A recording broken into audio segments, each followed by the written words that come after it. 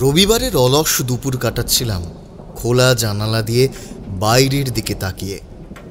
আকাশে শ্রাবণের মেঘের ঘন ঘটা। মেঘ রাশির ওপর মেঘ রাশি জমে অন্ধকার করে এসেছে। ভর দুপুরেও মনে হচ্ছে সন্ধ্যা নেমেছে। হাতে তেমন কাজ নেই, কাব্য উপন্যাস সব টেবিলের এক কোনায় তুলে রেখেছি। এমন আবহাওয়ায় বিদেশি ম্যাগাজিন মানায় না, তাই কাছে কয়েকটা থাকলে ওদিকে ফিরে তাকাতেও মন করছে না। স্ত্রীর সাথে বেহাগ বসন্ত নিয়ে আলোচনাও চলতে পারে না, কারণ সে প্রীতি অনেক দিন আগেই দূর হয়েছে আমাদের মধ্যে থেকে। অনেক দিন পর এই অসময়ে দরজায় কড়া নড়ে উঠল। দরজা খুলে দেখলাম এবং যার পর নাই অবাকই হলাম। বহুদিন পর কিশোরী এসেছে আমাদের বাড়িতে। তবে বৃষ্টি এখনো না নামায় তার ধুতি কলঙ্ক লাগার হাত থেকে বেঁচে গেছে। আমায় দেখি একেবারে হায় হায় করে উঠল। ধর্মতলার মোড়ে পাক্কা দুবার চক্কর লাগিয়ে তোমার বাড়িতে এসেছি। নির্ঘাত ভেবেছিলাম আজ তোমায় মটলেনের আশেপাশে পাওয়া যাবে, কিন্তু না, তো ঘরে বসে আছো। বলি, এমন সুন্দর দিনটা মাটি করতে চাও নাকি? চারপাশে লোক যেভাবে মুড়ি মুড়কির মতো মরছে, তাতে ঘরে বসে একটা দিন মাটি করার কোনো মানেই হয় না। অন্ধকার ঘরে বন্দি হয়ে কলঙ্কময় মৃত্যু চাও নাকি তুমি? কিশোরীর কাছ থেকে এহেন লেকচার কিছু নতুন বটে। জিজ্ঞাসা করলাম, বিদেশি কিছু ট্রাভেল ম্যাগাজিনের গ্রাহক হয়েছ নাকি? সে আমার দিকে এমন করে তাকালো যেন এসব কথা বেরিয়ে আসছে একেবারে তার আত্মার ভেতর থেকে। সুতরাং আর সময়ের অপচয় করা চলে না। একটা জামা গলিয়ে বেরিয়ে পড়লাম। ঠিক মটলেনের মুখে আসতেই বৃষ্টি এলো তেড়ে। হাতে ছাতা ছিলই। ঠাকুরমশাইয়ের দক্ষিণা পাসিং শো আর তেলে ভাজা নিয়ে জব্বর পা চালানো হলো। দরজায় টোকা দিতে দরজাটা খুলে একপাশে সরে গেল চারি।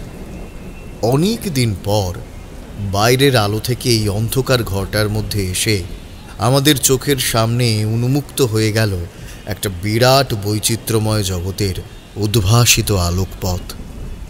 ঘরের মেঝেতে বসে রয়েছেন ঠাকুরমশাই।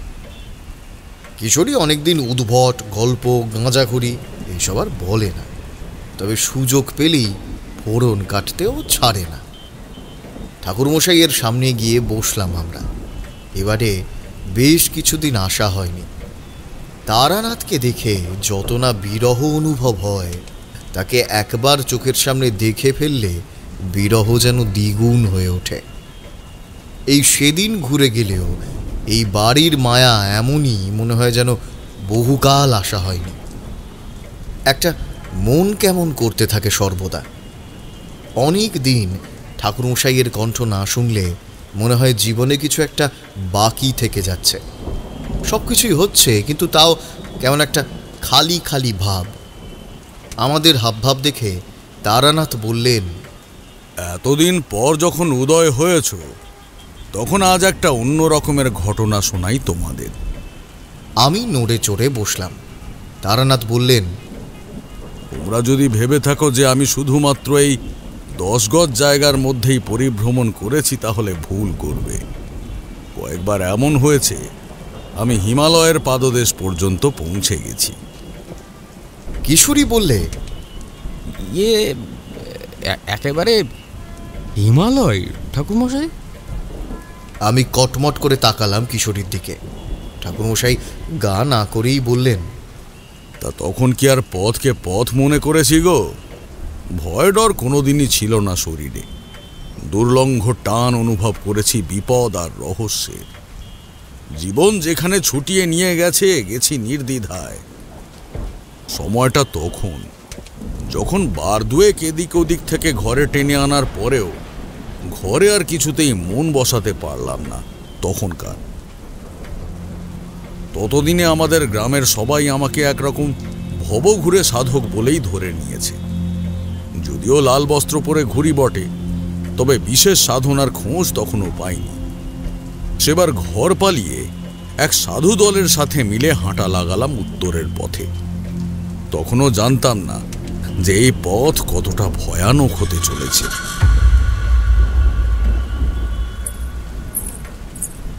এমন সময় চারি চা দিয়ে গেল, সাথে থালায় সাজিয়ে জবজবে করে শুদ্ধ ঘানির তেলে মাখা দেশি চালের মুড়ি, কাঁচা লঙ্কা আর গরম গরম তেলে ভাজা।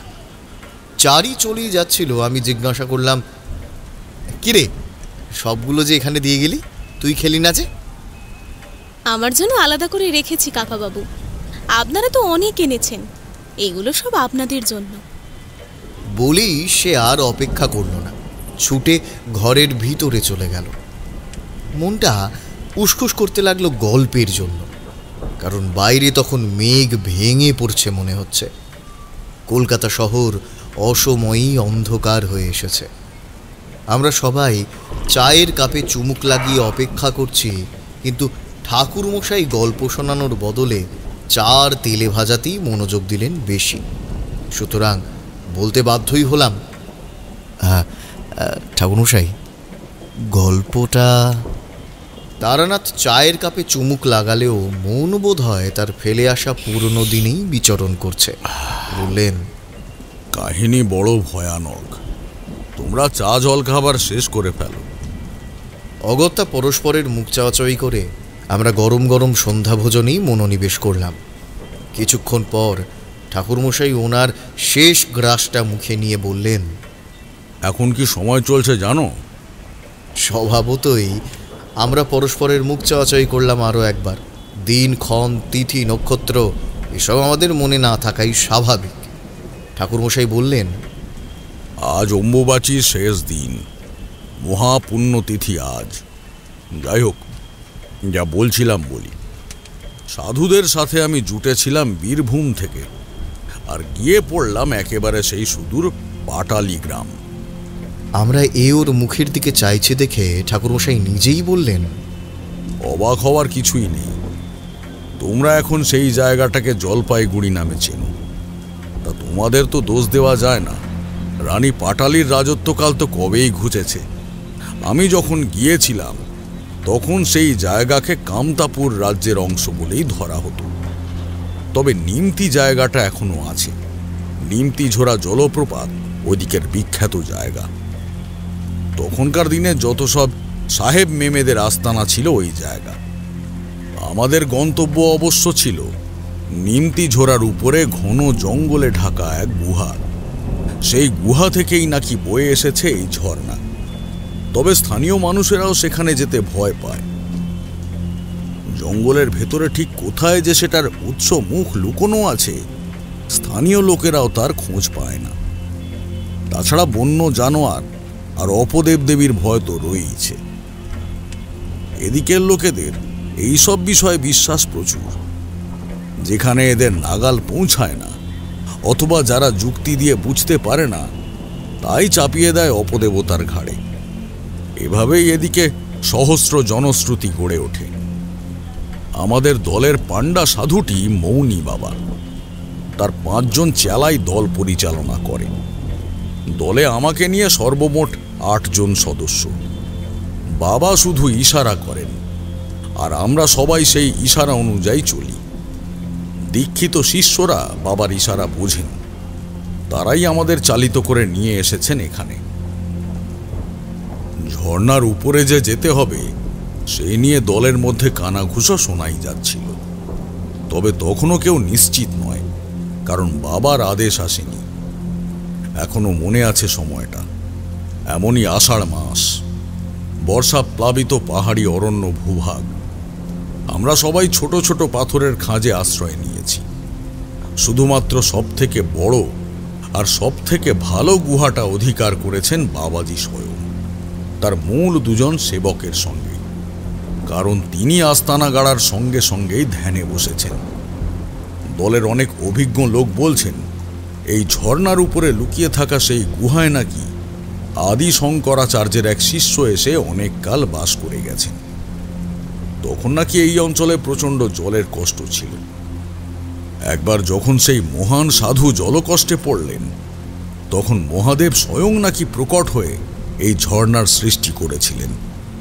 আর তাই এই ঝর্ণার জল কালের অন্ত পর্যন্ত শুকাবে না। কালের অন্ত পর্যন্ত দেখার কোনো ইচ্ছা তখন আমার ছিল না। ওই সাধু দলে থাকার আমার একটাই উদ্দেশ্য ছিল, যে ওই মৌনী বাবার কৃপা লাভ করা।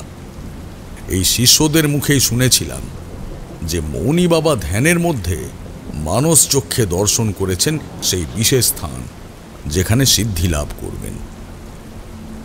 আর সেই স্থানের উদ্দেশ্যেই তিনি সুদূর বীরভূম থেকে রোজ সকালে একটা বিশেষ দিকে আঙুল নির্দেশ করেছেন, এবং সেই নির্দেশ অনুযায়ী আমরা চোখ কান বুজে চলতে থেকেছি, আর শেষ পর্যন্ত এসে উপস্থিত হয়েছি এখানে। দলের অভিজ্ঞ শিষ্যরা বলেছে এই সেই স্থান। তবে অনেককে বলতে শোনা যায়, শঙ্করাচার্যের সেই শিষ্য যখন ধরাধাম থেকে তার লীলা শেষ করে পৃথিবী ত্যাগ করে নিত্যধামের উদ্দেশ্যে গমন করেন, তখন নাকি তার সেই রহস্যাবৃত ধ্যানকক্ষ মন্ত্র বলে তিনি লুকিয়ে রেখে যান। এতকাল কেউ তার সন্ধান পায়নি। এর আগে যত যোগী সন্ত এর সন্ধানে এসেছে, তারা নাকি গোলক ধাঁধায় ঘুরতে ঘুরতে হয় পাগল হয়েছে, না হয় রহস্যজনকভাবে মৃত্যু হয়েছে তাদের। এই জনশ্রুতি এখানে লোকেও মেনে চলে, তাই তারা কোনো বিশেষ তিথি ছাড়া এই জায়গায় পা রাখে না। তবে সকলের বিশ্বাস আছে মৌনী বাবার সাধনার উপর। উনি 10 বছরেরও বেশি সময় ধরে নিজের বাক শক্তিকে নিয়ন্ত্রণ করে সাধনা শক্তিতে পরিবর্তিত করেছেন। রাতটা এখনো আমার স্পষ্ট মনে আছে। সে রাত ভুলবার নয়। এমনিতে সব ঠিকই ছিল। হঠাৎ কোথা থেকে আকাশ বাতাস কাঁপিয়ে, জঙ্গল কাঁপিয়ে এলো ঘনঘোর প্লাবন, যেন মেঘ ভেঙে পড়ল। সেই কনকনে ঠান্ডাতেও শরীরে আমাদের অঙ্গবস্ত্রের নিতান্তই অভাব। সবাই একেবারে জমে গেলাম ঠান্ডায়। ছাদওয়ালা এক একটা ছোট ছোট পাথরের ফাটলে আমরা 3-4 জন করে গুঁতোগুঁতি করে আছি। নিজেদের শরীরের উষ্ণতাটুকুও অনুভব করতে পারছি না, এমন ভীষণ ঠান্ডা। প্রাণ যেন বেরিয়ে যাবে। এদিকে সামনে ভয়ানক অন্ধকার আর উন্মত্ত দানবের মতো হাওয়ার তাণ্ডব। হাত 10 দূরে আকাশ থেকে ঝাঁপিয়ে নামছে জলপ্রপাত। সেই ভয়ানক রাতে উন্মত্ত জলপ্রপাতের গর্জন যেন অজানা অন্য লোকের কোনো হিংস্র দৈত্যের পৈশাচিক উন্মত্ততা বলে ভ্রম হয়। এক হিমেল শিহরণ জাগায় শির দাঁড়ায়। আমার শুধু একটাই কথা মনে হয়, আমরা যুবক লোক, আমরা যদি এই অবস্থায় জমে যাই, তাহলে বৃদ্ধ মৌনী বাবা কিভাবে বেঁচে রয়েছেন? কথাটা দলের আরও একজন বলল। অবশ্য ঝড়ের ঝাপটা আর জলের গর্জনে তার কথা ঠিকভাবে কানে পৌঁছালো না। তবে তার প্রশ্নের জবাব দিল কালিয়ালাল নামের গুরুর এক চেলা। সে বললে, এইসব শীত বর্ষা আমাদের মতো লোকেদের জন্য আছে। বাবাজি আমাদের সিদ্ধ আছেন, ওর এইসব বাইরের উৎপাতে কিছু হয় না। কিন্তু সেই রাতে যে উৎপাত দেখেছিলাম, সেই উৎপাতে শুধুমাত্র আমরা নয়, বাবাজিকেও বিচলিত হতে হলো বই কি। সিদ্ধ বাবাজির সিদ্ধি সেই রাতে কম পড়ে গেল। হঠাৎ যেন একটা ভারী চাঁই পাথর ঝর্ণার উপর থেকে এসে পড়ল নিচে। কেঁপে উঠল চারপাশ থরথর করে, অরণ্য জঙ্গল কেঁপে উঠল। এতক্ষণ বৃষ্টি আর ঝর্ণার জলের ছাঁট এসে লাগছিল আমাদের শরীরে আর মুখে। এবারে ঝাপটা এসে লাগলো জোরে, কিন্তু সেটা একবার নয়। একবার হলে আমরা উপর থেকে কোনো পাথর খসে পড়েছে ভেবে নিশ্চিন্ত থাকতাম, কিন্তু সেই নিশ্চিন্ত আর থাকতে পারলাম না। সেই ভারী পাথরটা যেন এদিক ওদিক ঘুরে বেড়াতে লাগলো। বিশেষ করে বেড়াতে লাগলো আমাদের গুহাগুলোর আশেপাশে।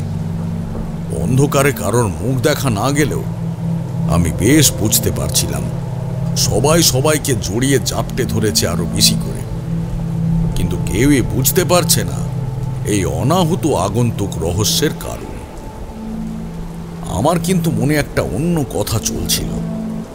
আমার মনের ভিতর কেউ বারবার বলছিল, আদি শঙ্করাচার্যের সেই গুণী শিষ্য যে পথ বন্ধ করে গিয়েছেন, সেই পথে ব্যক্তিগত সিদ্ধির উদ্দেশ্যে কার আমন্ত্রণে আমরা এসেছি? আদৌ কি কেউ আমাদের আমন্ত্রণ জানিয়েছে? যেখানে স্থানীয় মানুষেরা পর্যন্ত প্রবেশ করতে ভয় পায়, কিসের টানে, কোন মোক্ষ লাভের অমোঘ আকর্ষণে আমরা অযাচিত অতিথি হয়ে বিনা অনুমতিতে প্রবেশ করেছি? তবে কি স্থানীয় লোকেদের কথাই ঠিক? এই কি তবে সেই মহাপুরুষের মায়াজাল, যা অযাচিত প্রবেশকারীকে যুগে যুগে পাগল করেছে? না হয় উপহার দিয়েছে হিমশীতল মৃত্যু? জানি না। ক্রমে মনে হলো সেই ভারী পদাঘাত বদলে যাচ্ছে নটরাজের নৃত্যে। কেঁপে উঠছে পাহাড়, জঙ্গল, পাথর। উপর থেকে আলগা ছোট ছোট পাথরের বৃষ্টি শুরু হয়েছে যেন। পাহাড় যেন খসে পড়তে চাইছে মাটিতে। চরাচর কেঁপে উঠেছে সেই অশান্ত পদধ্বনিতে। কোনো বিপুল শক্তি যে আমাদের উপর ক্রুদ্ধ হয়েছেন তা কিন্তু বলাই যায়। সামনে কাঞ্চনকন্যার অরণ্য ভূভাগ। উপর থেকে শত যোজন বেগে নেমে আসছে নিমতিঝোরার জলপ্রপাত। অচেনা জঙ্গল, সামনে অজানা শত্রুর পদধ্বনি। কাঞ্চনকন্যা বিমূঢ়, ব্যাকুল। বহুকাল পর যেন ধ্যানমগ্ন নিমতিঝোরার ধ্যান ভেঙেছে। প্রলয়ের তৃতীয় চক্ষু খুলে গিয়েছে স্বয়ং মহাদেব। আমরা যেন বিনা অনুমতিতে শিবপ্রিয়ার আলয় আঙ্গনে পা রেখে ফেলেছি। সেই জন্যেই নন্দীর দলবল প্রচণ্ড ক্ষুব্ধ হয়ে ঝাঁপিয়ে পড়তে চাইছে আমাদের উপর। হঠাৎ হাওয়ার বেগ বেড়ে গেল দ্বিগুণ হয়ে। মরমর করে একে একে ভেঙে পড়তে লাগলো বিরাট বিরাট পাইন গাছ। আমাদের মাথার উপরের ছাদটা ছিল একটা আলাদা পাথরের। সেটার উপর এসে পড়ল একটা বিরাট গাছের ডাল। কোনো রকমের ডাল সামলে সেটা আমাদের মাথার উপরে না পড়ে গড়িয়ে গিয়ে পড়ল পাশে। যদি আমাদের মাথার উপর পড়ত তাহলে আমরা তিনটে প্রাণী একসাথে মিশে যেতাম মাটিতে। মনে পড়ল ছেলেবেলায় বাবার কাছ থেকে শোনা শিব পার্বতীর গাথা। পার্বতী শান্ত হলেও হিমালয় কন্যা। হুমায়ুন রাজ্যের অসংখ্য সব বীর দর্পী সেনাদের দ্বারা সদা প্রহরায় বড় হয়েছেন তিনি। রাজকন্যা হয়েও তিনি মালা দিয়েছেন ভিখারি রূপী রাজাধিরাজ শিবের গলায়। সেই মহাদেব যিনি রাগলে প্রলয়, যিনি জটায় ধরে রেখেছেন তীব্র ধারার মা গঙ্গাকে। শুধুমাত্র জটার একটি মাত্র চুল থেকে সৃষ্ট ধারায় আমাদের পৃথিবী সম্পৃক্ত হচ্ছে। মনে হলো সেই উদাস উদার অথচ প্রলয়ঙ্করী হিমালয় কন্যার রাজ্যে আমরা অনধিকার প্রবেশ করেছি সামান্য তুচ্ছ যোগ বলের গর্বে। সাধনা নেই আমাদের, প্রকৃত সিদ্ধির কিছুই নেই। শুধুমাত্র গ্রাস করতে চাই আমরা, বদলে দিতে চাই না কিছুই। তাই সেই অহংকার আর অহমিকার অস্মিতা ভেঙে দিতে মহাদেব স্বয়ং খুলেছেন তৃতীয় চক্ষু। চকিত হরিণের মতো হৃৎকম্প আমাদের বুকে। যে কাঞ্চন কন্যার শ্যামল রূপ দেখে মুগ্ধ হয়েছিলাম কিছুক্ষণ আগে, এখন কাঞ্চন কন্যার ভয়াল করাল রূপ শিরদাঁড়ায় মৃত্যুর শিহরণ জাগাচ্ছে। হঠাৎ এক সুতীক্ষ্ণ চিৎকারে সচকিত হয়ে উঠলাম। চিৎকারটা ভেসে এসেছে সেই গুহাটা থেকে যেখানে মৌনী বাবা তার দুজন একনিষ্ঠ শিষ্যকে নিয়ে ধ্যানমগ্ন। হঠাৎ আকাশের মধ্যে একটা লাল আলোর ঝলক দেখতে পেলাম। ধীরে ধীরে সেই আলো আভা হয়ে ছড়িয়ে পড়ল সমগ্র আকাশে। জঙ্গলের মাথার উপরে যেন আগুন লাগলো। ধীরে ধীরে সেই আগুন ছড়িয়ে পড়তে লাগলো বৃষ্টি স্নাত দুর্যোগ বিঘ্নিত পাইন জঙ্গলের মাথায়। ঠিক যেন বর্ষা ধৌত মধ্যরাতে সূর্যোদয় হচ্ছে। সূর্যদেব তার আসন গ্রহণ করার আগে যেভাবে চরাচর ভেসে যায় এক পার্থিব লাল আলোয়, তেমনই এই আলো। তবে পার্থিব অবশ্যই নয়। মনের ভিতরে এক অপার্থিব শিহরণ জাগায়। ধীরে ধীরে বিকেলে দেখা গাঢ় সবুজ রঙের জঙ্গল টকটকে সিঁদুরে লাল হয়ে উঠল। আমার সাধু বন্ধুদের কারোর মুখে কোনো কথা নেই। অনুভূতিতে বুঝতে পারলাম তারা সবাই তখন ভয়ে ঠক ঠক করে কাঁপছে। আরও একবার ভেসে এলো সুতীক্ষ্ণ সম্মিলিত সেই আর্ত চিৎকার। আমার পাশ থেকে কে একজন যেন বিড়বিড় করে বলে উঠল, খতম, খতম হয়ে গেল, খতম। মনে এক অসম্ভব ভীতির সঞ্চার হলো। কি খতম হয়ে গেল? কারা খতম হয়ে গেল? তবে কি? বলতে বলতেই সেই লাল আলোর বিদ্যুৎ স্ফুরণ হলো আকাশ থেকে। উফ, সে কি ভীষণ রাত্রি! প্রকৃতির সাথে ছেলে খেলা করলে, অনাহুত প্রবেশ করলে সেই সর্বশক্তিমানের রাজ্যে কি যে হয় তা সেই রাতেই চাক্ষুষ করেছিলাম। লাল আলোর বিদ্যুৎ স্ফুরণের ঝলকে স্পষ্ট দেখলাম এক বিশাল বিভৎস মূর্তি দাঁড়িয়ে রয়েছে একেবারে আমাদের গুহার দিকে মুখ করে। কয়েকটা মাত্র মুহূর্ত, অথচ সেই দৃশ্য আমি আজও ভুলিনি। প্রেতবৎ তার শরীর, দুটো নীলচে চোখ, তার ধকধক করছে প্রতিহিংসার জিঘাংসায়। তার 4 হাত চারিদিকে ছড়ানো, তার মধ্যে 3 হাতে ঝুলন্ত 3টে মূর্তি, আর একটা হাত নির্দেশ করছে আমাদের দিকে, যেন স্পষ্ট বলছে, এবারের শিকার তোরা, নিস্তার নেই তোদের। শিহরণ খেলে গেল শিরদাঁড়ায়, বুক যেন কেঁপে উঠল। আমার সঙ্গী দুজন কি দেখলো কি বুঝলো জানি না। আদৌ তারা চোখ খুলে রেখেছিল কিনা তাও জানি না। হয়তো চোখ বুঝেই বসে রয়েছে ভয়ের চোটে, কিন্তু বিড়বিড় করে তারা কি সব মন্ত্র পড়া শুরু করল। হয়তো গুরুমন্ত্র বা ইষ্টমন্ত্র জপ করছে। মনে মনে হাসি পেল আমার। যে গুরুদেবের এহেন অবস্থা, তার মন্ত্র জপ করে এরা নিস্তার পাবে ভাবছে, এই না হলে গুরু ভক্তি। হঠাৎ যেন কি একটা কোথায় ঘটে গেল বিষম, কেঁপে উঠল মাটি। আমরা টলে পড়ে গেলাম একে অপরের উপর, গুহার ভেতরেই। অবাক হয়ে দেখলাম ঝর্ণার উপরের দিকের আকাশ হয়ে উঠেছে গাঢ় লাল, যেন পাহাড়ের ক্ষোভ অগ্নি উদ্গীরণ করছে। আরো একবার হলো সেই রকম বিদ্যুৎ স্ফোরণ। দেখলাম একসাথে 3 হাত দিয়ে 3টে ঝুলন্ত মূর্তিকে মাঝখান থেকে চিরে ফেরে 3 দিকে ছুঁড়ে ফেলে দিল সেই মূর্তি। কি তার আক্রোশ! বুক কেঁপে উঠল পৈশাচিকতায়। হঠাৎ ভূমিকম্পের মতো একটা ব্যাপার শুরু হলো। মাথার উপরের আলগা পাথরটা আর মনে হলো না স্থির থাকবে নিজের জায়গায়। সেটা ঠিক টলে পড়বার আগের মুহূর্তে টলতে টলতে আমি বেরিয়ে এলাম বাইরে। আমার দেখা দেখি সঙ্গী দুজনও বোধহয় সেটাই করেছিল। কিন্তু একটা আঁক করে চাপা শব্দ কানে এলো, আর সঙ্গে সঙ্গে হুড়মুড় করে ধসে পড়ল উপরের পাথর মাটি সমেত আমাদের ছোট্ট গুহাটা। বুঝতে পারলাম ইহজগতের মায়া ত্যাগ করেছে আমার 2 সাধু বন্ধু। জায়গাটা আমার জন্যেও নিরাপদ নয়। তার উপরে প্রচণ্ড বৃষ্টি, ঝড়, পায়ের নিচে অসম্ভব পিচ্ছিল পাথর, আর ঝর্ণার ক্রমাগত ঝাপটায় স্থির থাকা যায় না সেখানে। এরই মধ্যে নামতে শুরু করেছে 4 দিয়ে ধস। উপর থেকে একখান ছোট পাথর যদি মাথার উপর এসে পড়ে, তাহলেই সাঙ্গ হবে ভবলীলা। এদিকে কোন দিক থেকে যে এসেছি সেই পথের কোনো হদিশ নেই মাথায়। এই প্রবল দুর্যোগের মধ্যে তা থাকা সম্ভব নয়। তবে এতটুকু জানি, যে দিক থেকে বেরিয়েছি তার পিছন দিকে গেলে খাড়া জলপ্রপাত। এর মধ্যে পড়ে প্রবল স্রোতের মধ্যে তলিয়ে যাব। সুতরাং যেতে হবে বিপরীত দিকে। চলতে লাগলাম। ঠান্ডায় শরীর হিম হয়ে আসে। ভয় বারবার 2 পা জড়িয়ে থমকে দাঁড় করিয়ে টেনে নিতে চায় তার অতল নিঃসীম মৃত্যু গহ্বরে। তাই থামলে চলবে না। থেমে যাওয়া মানেই মৃত্যু। পা পিছলে হাত পা ভাঙা অথবা বেঘরে প্রাণ হারানোর ভয় পদে পদে। তবুও চেষ্টা না করে এক জায়গায় থমকে দাঁড়িয়ে থেকে মৃত্যু গ্রহণ করার কোনো মানে হয় না।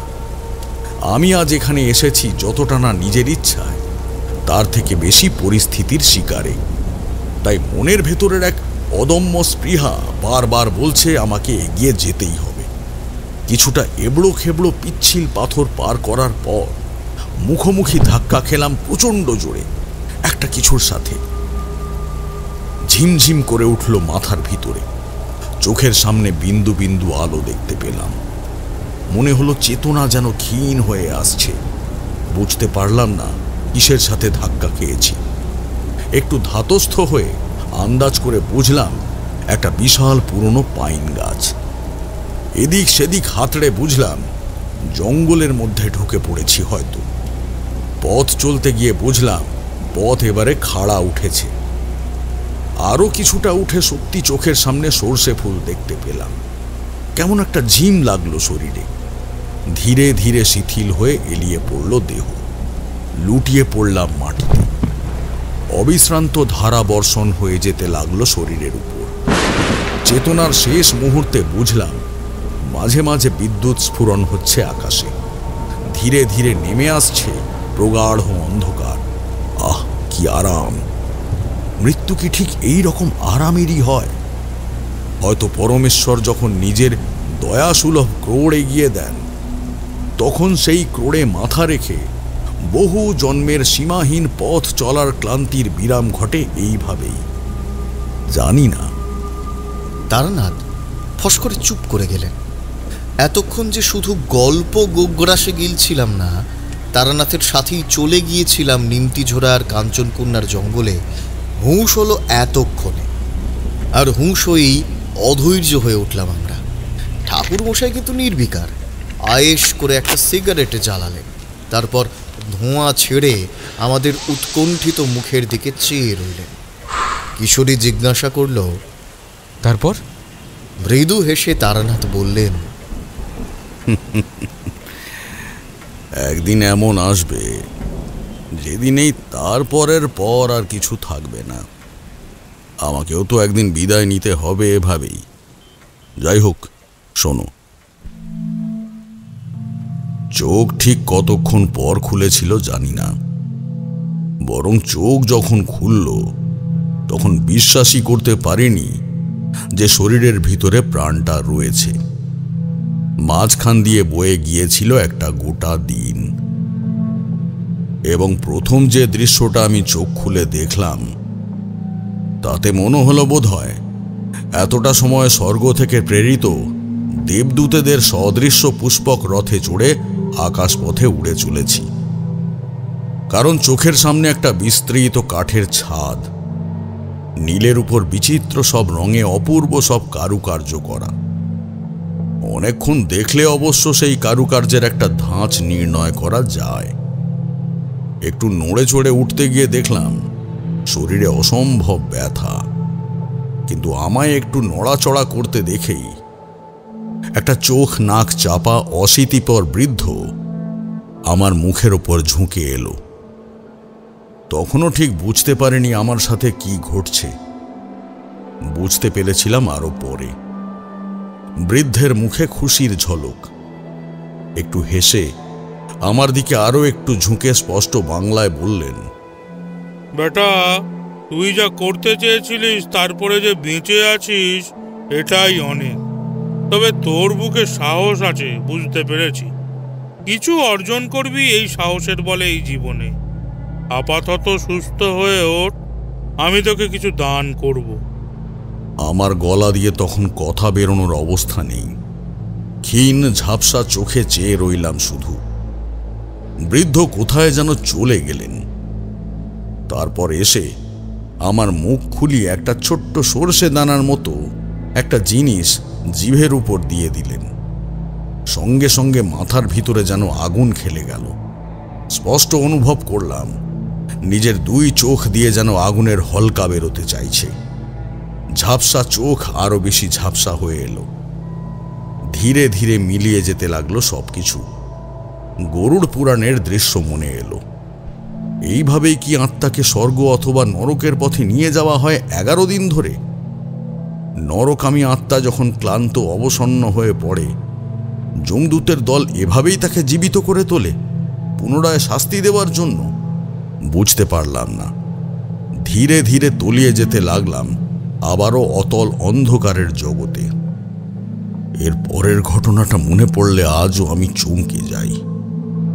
যে ঠান্ডা তখন ওখানে ছিল, সেই ঠান্ডায় সাধারণ মানুষের জমে যাওয়ার কথা।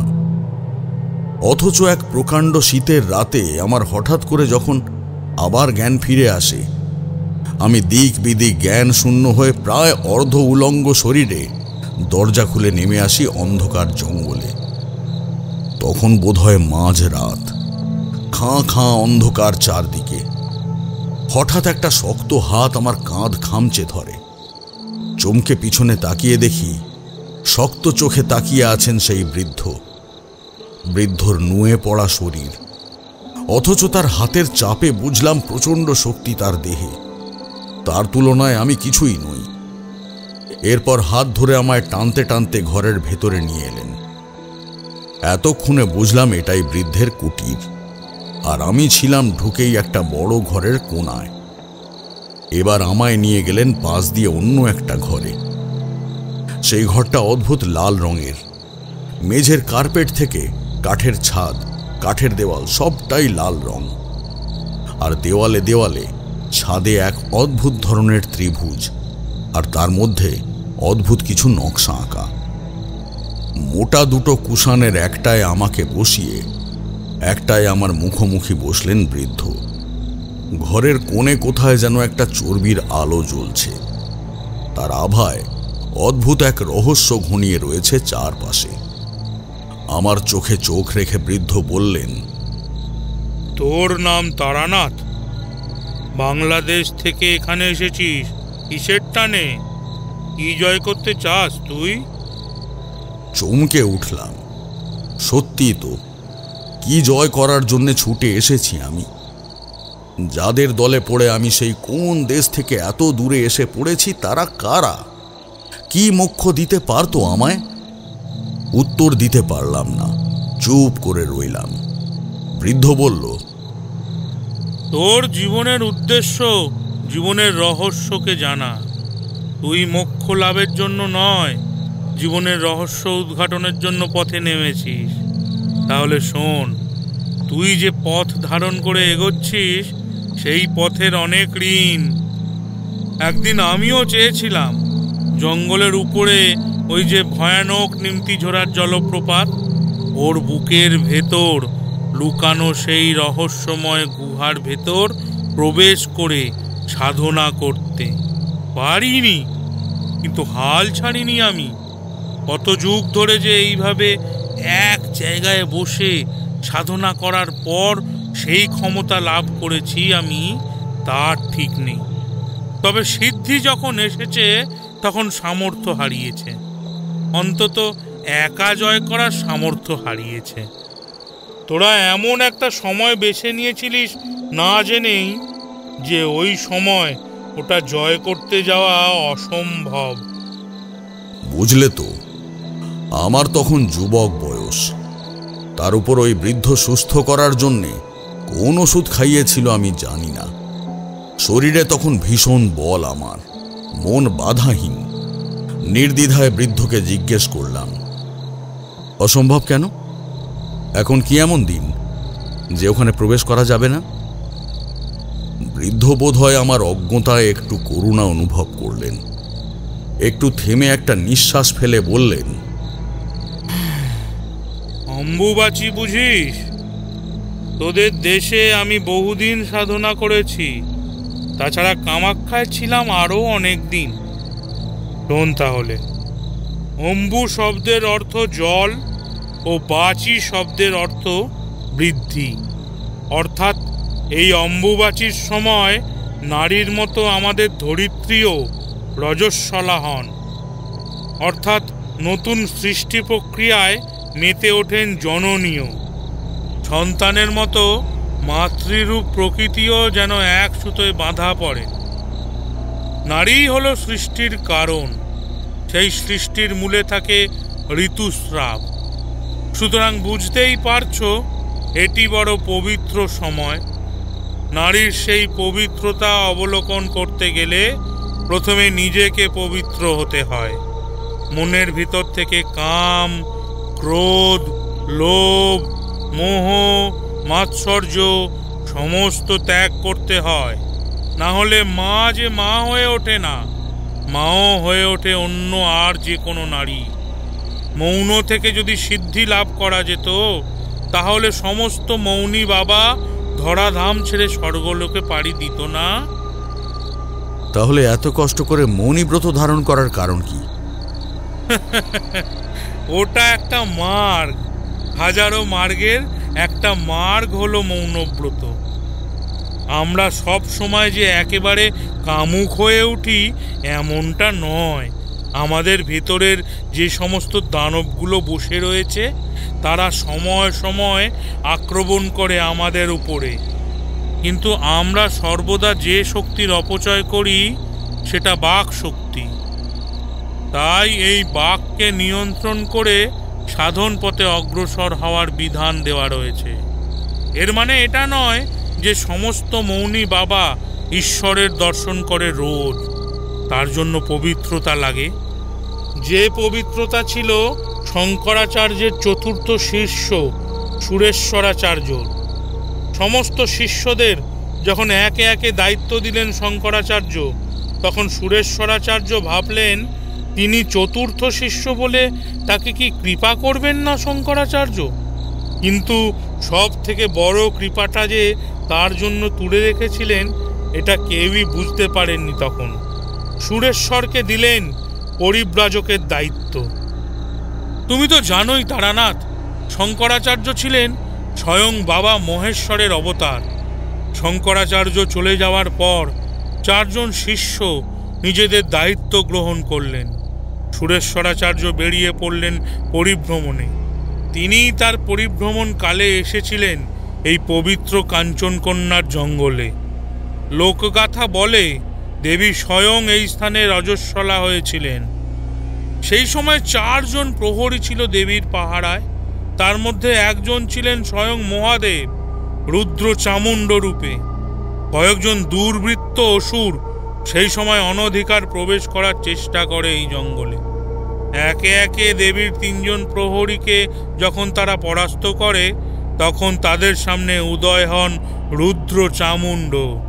তারপরে এমন প্রলয় শুরু হলো যে থরথর করে কেঁপে উঠল জঙ্গল, অরণ্য, ভেঙে ধসে পড়ল পাহাড়।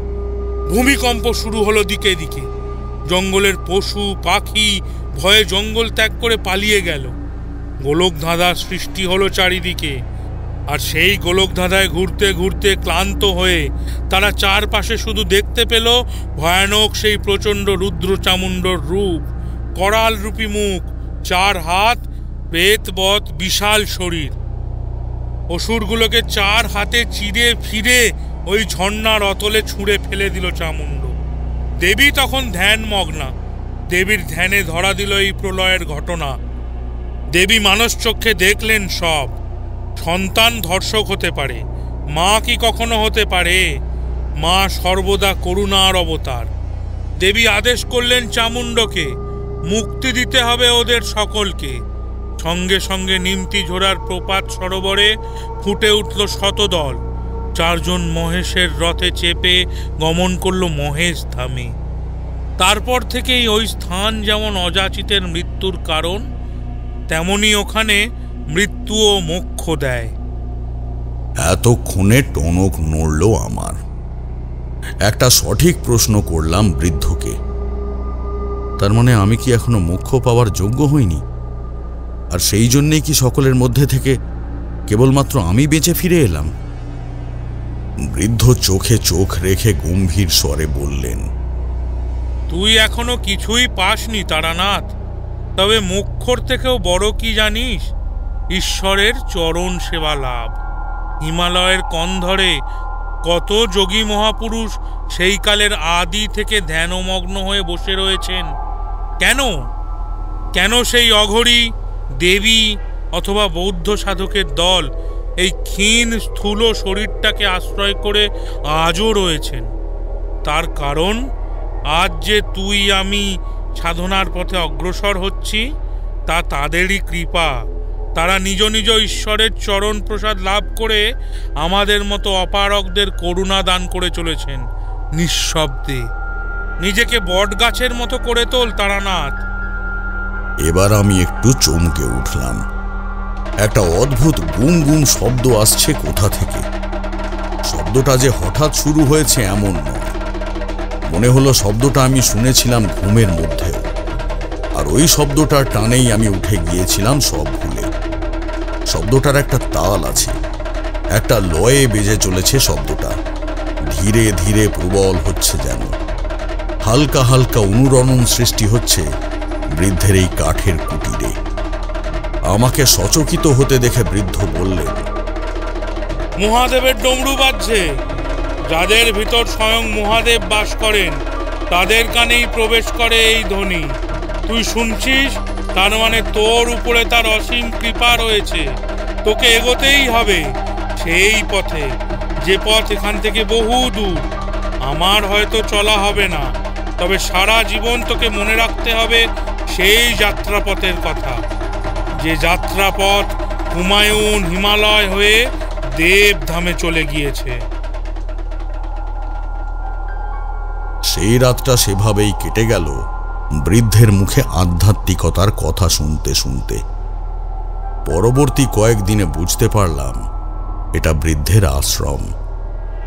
দিনের বেলায় এদিকের পাহাড়ি গ্রাম থেকে অনেক মানুষ আসে কৃপা লাভের আশায়, তবে সবাইকে যে বৃদ্ধ কৃপা করেন এমনটা কিন্তু নয়। কিছুটা যেন খামখেয়ালি গোছের মানুষ সে। ওই রাতের পর থেকে বৃদ্ধের ঘরে আর প্রবেশের অধিকার মেলেনি। বৃদ্ধ কিছু দেবেন বলেছিলেন, সেসব ব্যাপারেও আর কথা বলেননি।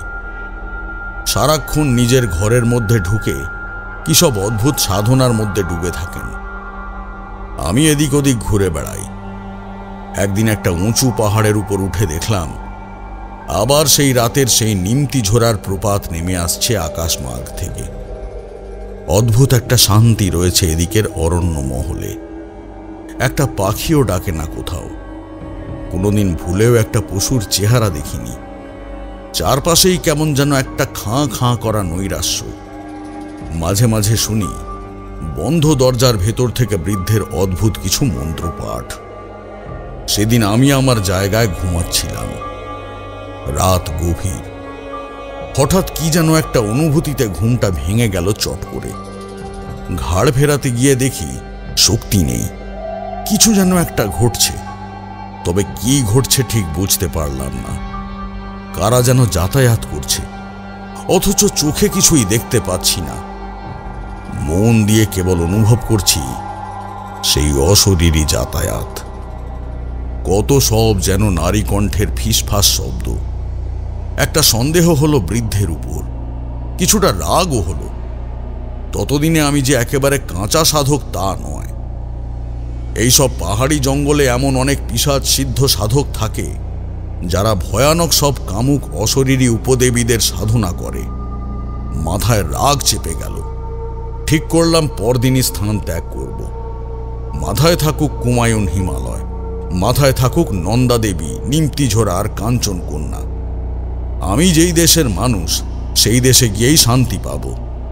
রাতটা কোনো রকমের চোখ কান বুজিয়ে কাটিয়ে দিয়ে পরদিন সকাল হতেই বেরিয়ে পড়লাম জেদ করে।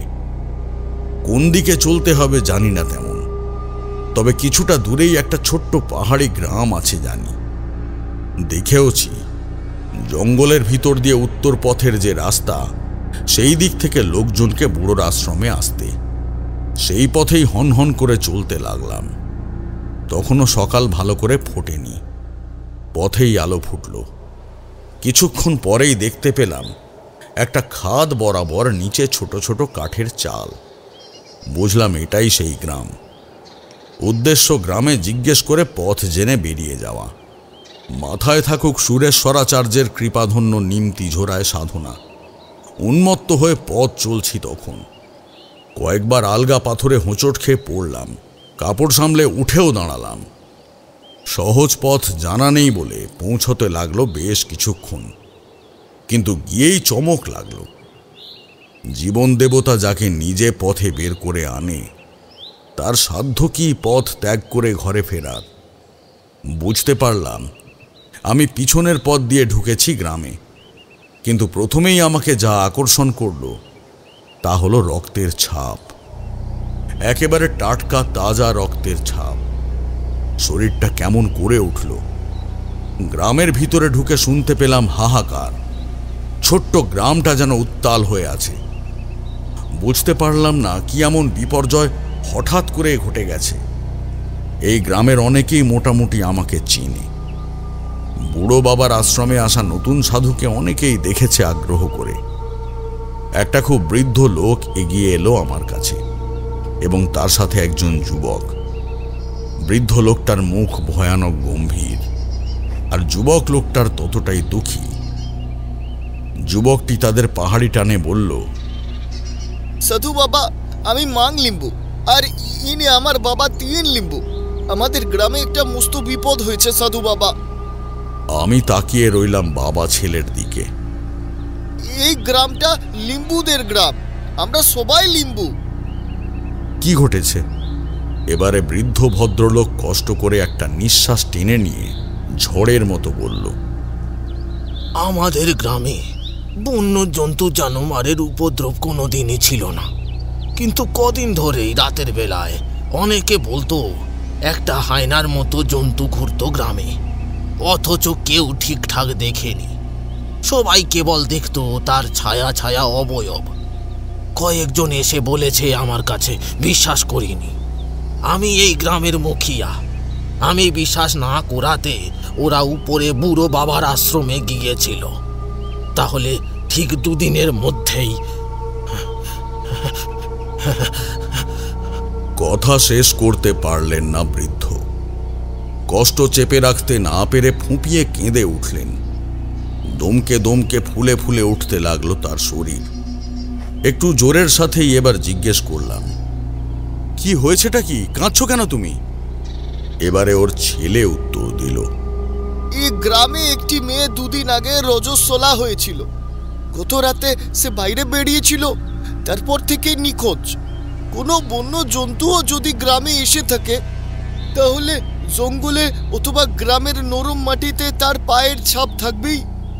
এদিকে যদিও আমরা কোনোদিন জন্তু দেখিনি কোনো, তাই সবাই ধরে নিয়েছে এইটা সেই ছায়া জানোয়ারের কাজ। এদিকে অশরীরী পিশাচের গল্প খুব তাড়াতাড়ি রটে, তাই আগুনের মতো ছড়িয়ে পড়েছে সেই গল্প। আর কেউ মানতেই চাইছে না অন্য কিছু। বাবা যেহেতু প্রথমে বিশ্বাস করেনি, তাই বাবাকে মুখিয়া পদ থেকে সরানোর কথা ভাবছে। সে সরিয়ে দিক, তাতে কোনো অসুবিধা নেই, কিন্তু ওরা যেটা বলছে তা যদি সত্যি হয় তাহলে বুঝতেও পারছে না কি ঘোর বিপদ অপেক্ষায় রয়েছে। শুধুমাত্র আমাকে সরিয়ে কিচ্ছু হবে না। যদি ওরা নিজেদের ভাগ্যকে পরিবর্তন করতে না পারে তাহলে প্রচণ্ড বিপদ। কেউ বাঁচবে না এই গ্রামে, কেউ বাঁচবে না।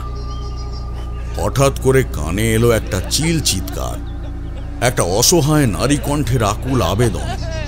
পাহাড়ে পাহাড়ে প্রতিধ্বনিত হতে লাগলো। চমকে উঠলাম আমি। ভাষা বুঝলাম না ঠিক, কিন্তু সেই মর্মবেদন হৃদয়ে গিয়ে নাড়া দিল। শিহরিত হয়ে উঠল শরীর। পরিষ্কার বুঝতে পারলাম একটা মা কাঁদছে।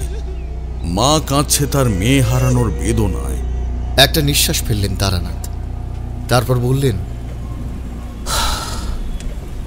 যতটা গতিতে স্থানটা ত্যাগ করব ভেবেছিলাম, ঠিক ততটা গতিতেই আটকে পড়লাম সেখানে। আমার আর পালাবার পথ রইল না। আবার একটা সিগারেটের প্রয়োজন হয়েছে ঠাকুরমশাইয়ের। সিগারেটে অগ্নিসংযোগ করলেন ঠাকুরমশাই। দেশলাইয়ের লাল আলোয় ঠাকুরমশাইয়ের মুখটা কীরকম যেন রহস্যজনক মনে হলো। ওনার মুখে যেন ফুটে উঠেছে অতীত দিনের অরণ্য জঙ্গলে সেই ছায়া ছায়া রহস্যময় জন্তুর বিভীষিকা। এক গাল ধোঁয়া ছেড়ে ঠাকুরমশাই আবার বলতে শুরু করলেন,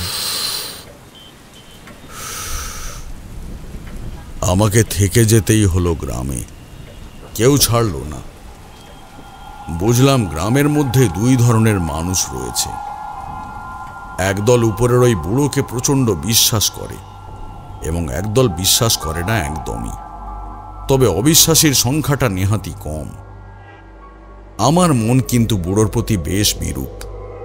ওই গ্রামে কাটানো রাতগুলো আমার কাছে আজও কেটে কেটে বসে আছে মনে। রাত হলেই এক অপার্থিব নৈরাশ্য ঘিরে ধরত চারপাশকে, আর মাঝে মাঝে সেই অসহায় জননীর প্রাণ ফাটা চিৎকার। সে এখনো বিশ্বাস করে তার মেয়েকে কেউ ফিরিয়ে আনবে। সে বিশ্বাস করে কোনো দৈব বলে ফিরে আসবে তার হারানো কন্যা। কে তাকে বলে দেবে তার সেই মেয়ে চলে গেছে মহাকালের করাল গ্রাসে হিম মৃত্যুর আহ্বানে। সেই শীতল মৃত্যু এসেছে কোনো এক করাল রূপী দানব জানোয়ারের রূপে। তার লেলিহান রক্ত তৃষ্ণা ক্ষমা করেনি অসহায় সেই কন্যাকে। মৃত্যু এসেছে উন্মত্ত দানবের মতো হঠাৎ। তার পৈশাচিকতার ছাপ রেখে গেছে পাথরের গায়ে রক্তের দাগে। আমি থাকতাম মাংলেম্বুর কুটিরে। একদিন সে একটা অদ্ভুত কথা বলল। কথাটা আরো বেশি অদ্ভুত কারণ এদিকের গ্রামের লোকের পক্ষে সে কথা মনে আনাও ভয়ানক অমঙ্গলের কারণ। সে রাতে লিম্বু চুপি চুপি এসে আমাকে বলল, জঙ্গলের উপরের গুহায় যাবে ঠাকুর। চমকে উঠলাম। বহু দূরে কোথায় যেন একটা নেকড়ে অথবা হায়না ডেকে উঠল। এদিকের জঙ্গলে ওসবের অস্তিত্ব নেই। বহু দূর থেকে আসছে সেই ডাক, জঙ্গলে জঙ্গলে প্রতিধ্বনিত হতে হতে। বললাম, ওই পবিত্র জঙ্গলে তো তোমরা যেতে ভয় পাও। ওখানে তো সুরেশ্বরাচার্য এসেছিল বলে শুনেছি। তুমি কেন যেতে চাও সেখানে? আর তাছাড়া আমার নিজের দলের লোকেদের দেখেছি কি ভয়ানকভাবে মরেছে। বৃদ্ধ এবার চোখ সরু করে আমার কানের কাছে মুখ নিয়ে এসে বলল, একটা গোপন পুঁথি আছে আমার কাছে, সেটা আমি বংশানুক্রমে পেয়েছি। আমাদের বংশ বরাবরই মুখিয়ার বংশ। এদিকের অরণ্য জঙ্গলের সম্বন্ধে আমরা যত জানি অন্য কেউ আর তত জানে না। আমাদের বংশের অনেক পুরনো এক লোক ওই সুরেশ্বরাচার্যর কোনো মন্ত্র শিষ্যের সান্নিধ্য পেয়েছিল, আর সেখান থেকেই ওর পুঁথি পাওয়া। তবে ওই শিষ্য নাকি প্রতিজ্ঞা করিয়ে নিয়েছিল সেই লোকের থেকে মাত্র একবারই ওই পুঁথিতে বর্ণিত মন্ত্র পড়তে পড়তে প্রবেশ করা যাবে সেই গুহার ভিতরে। তবে বিকট কোনো কারণ ছাড়া যদি কেউ এই পুঁথির অপব্যবহার করে তবে রুদ্রের অভিশাপে মাথা ফেটে মৃত্যু হবে তার। আর গুহা থেকে ফিরে আসার সময় পর্যন্ত সঙ্গে রাখতে হবে এই পুঁথি। সমস্ত পথে রুদ্র ছাড়া আর বাকি 3 জন প্রহরী বিভিন্ন রূপে এসে প্রতারণা করবে, ভয় দেখাবে হাত থেকে পুঁথিটা নিয়ে নেওয়ার জন্য। কিন্তু ভুলেও যদি একবার দিয়ে দাও তাহলেই চরম বিপদ। পথভ্রষ্ট হয়ে ওই গোলক ধাঁধায় ঘুরে ঘুরে মরতে হবে। আমি জিজ্ঞেস করলাম, কিন্তু কেন যাব আমরা ওই জঙ্গলে? আমাদের কি প্রয়োজন? প্রয়োজন আছে ঠাকুর। আমার বিশ্বাস কোনো কারণে মায়া শক্তির বলে ওখানেই বন্দী হয়ে রয়েছে মেয়েটা। বৃদ্ধের কথা স্পষ্ট নাকচ করে দেব ভেবেছিলাম, কিন্তু তখনই মনের মধ্যে একটা কথার উদয় হলো। তিথি অনুযায়ী অম্বুবাচী পরশু। বৃদ্ধকে একটা টোপ দিলাম। বললাম, কবে যেতে চাও তুমি সেখানে? একটুও না ভেবে বৃদ্ধ জবাব দিল, কাল সকাল থাকতেই বেরোতে হবে, কারণ তিথি অনুযায়ী যা হবার পরশু হবে। সম্মতি না জানিয়ে আর কোনো উপায় ছিল না।